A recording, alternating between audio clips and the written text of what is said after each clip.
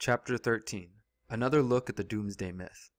With the constant barrage of news headlines and media pundits warning of the impending doom of our civilization, many people have begun to prepare for the possibility of a period with fewer modern conveniences than we have today. Some would call these people careful, others would call them prudent or wise, some might even call them paranoid, but these days the mainstream media has branded these people as doomsday preppers. This title not only works to discredit people who seek to be independent and get off the grid, but also perpetuates the myth that doomsday is even coming. It is true that something is coming, the signs are all around us: a deteriorating economy, rampant global war, and an overall unsustainable system of governance. So if it's not doomsday, then what is everyone preparing for, and where is all this madness leading us?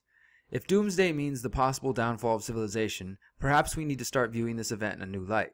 The end of the status quo could be the greatest thing to ever happen to humanity. This could be the final fall of Babylon. Think of it this way. Millions of people feel helpless because they see the madness in our world and search for the root causes, but cannot conceive of a way to make that change that does not include working within the current system. Meanwhile, this system is overthrowing itself right in front of us.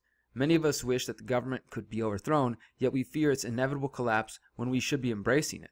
If the U.S. government and other Western nations continues on their current path, a significant reduction in quality of life and geopolitical influence is inevitable. In the United States, the Federal Reserve System props up the economy with more debt and fake money. Without the Fed performing this act of economic magic, the average American would likely be more aware of the theft and loss of value taking place right in front of their eyes.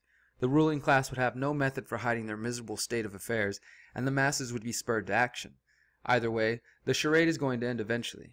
They can only play this game for so long before hyperinflation takes effect and topples their already fragile house of cards.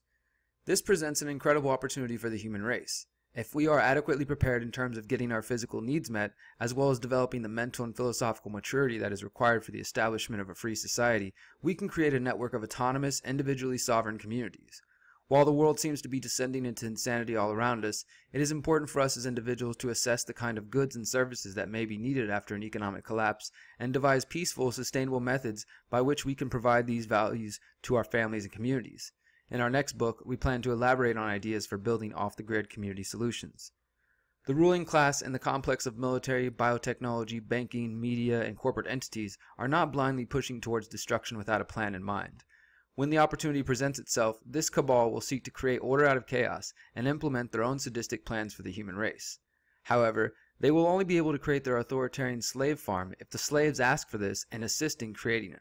The slaves, the general population to varying degrees, will only ask for this deeper enslavement if they are unaware of its consequences and see no possible alternatives. This is why it is important for each of us to develop solutions to meet our needs and the needs of our neighbors without depending on the initiation of the use of force, that this is a method of doing business which has destroyed civilizations time and time again. Likewise, it is equally important for us to advance a proper understanding of philosophy and of our current situation so the population is socially mature enough to be their own masters and to accept the new and unusual nonviolent solutions that will be presented to them by intelligent people like yourself.